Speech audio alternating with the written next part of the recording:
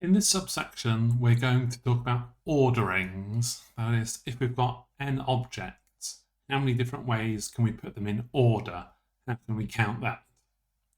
And again, we're going to look at this through an example. Suppose a lecturer marks a pile of n exam papers, all of which receive a different mark. What is the probability she ends up marking them in order from lowest scoring first in the pile to highest scoring last in the pile? So here again, we've got one of these classical probability counting problems. Omega, the sample space, is the set of all possible orderings of the n papers.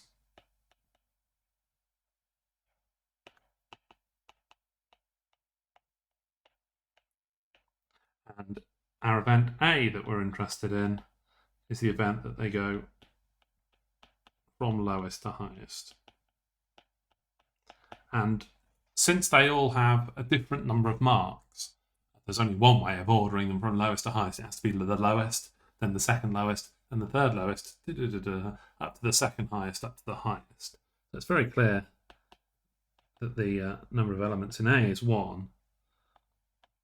But what about the number of elements in omega? Well, there are n papers, so the first paper to be marked has n choices. After that paper's been marked, it won't be marked again, so there are n-1 choices for which paper will be marked next. n-2 for how many papers will be marked next, until eventually the lecturer has marked n-3 papers, so there are only 3 papers left on the pile to choose between. Then only 2, and then finally there's only 1 paper left to mark, and she has to mark it. So that you'll recognise in terms of the falling factorial that we had earlier. That's n falling factorial n, because we've got all n terms being multiplied, decreasing every time. And we'll talk a bit more about this later, but n exclamation mark is also used for that. And so, by conditional probability, by classical probability, probability of A is the number of elements in A over the number of elements in omega, which is 1 over this n-1 to 1 number, which we were calling an exclamation mark. And that's the probability that the papers are marked in order.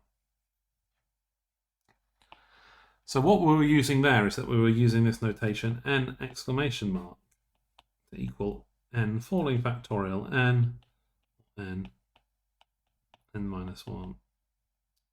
to 1. And this is called, as you might know, n factorial. You've perhaps come across this before. And this n exclamation mark is the falling factorial n times. It's the product of all the numbers between 1 and n.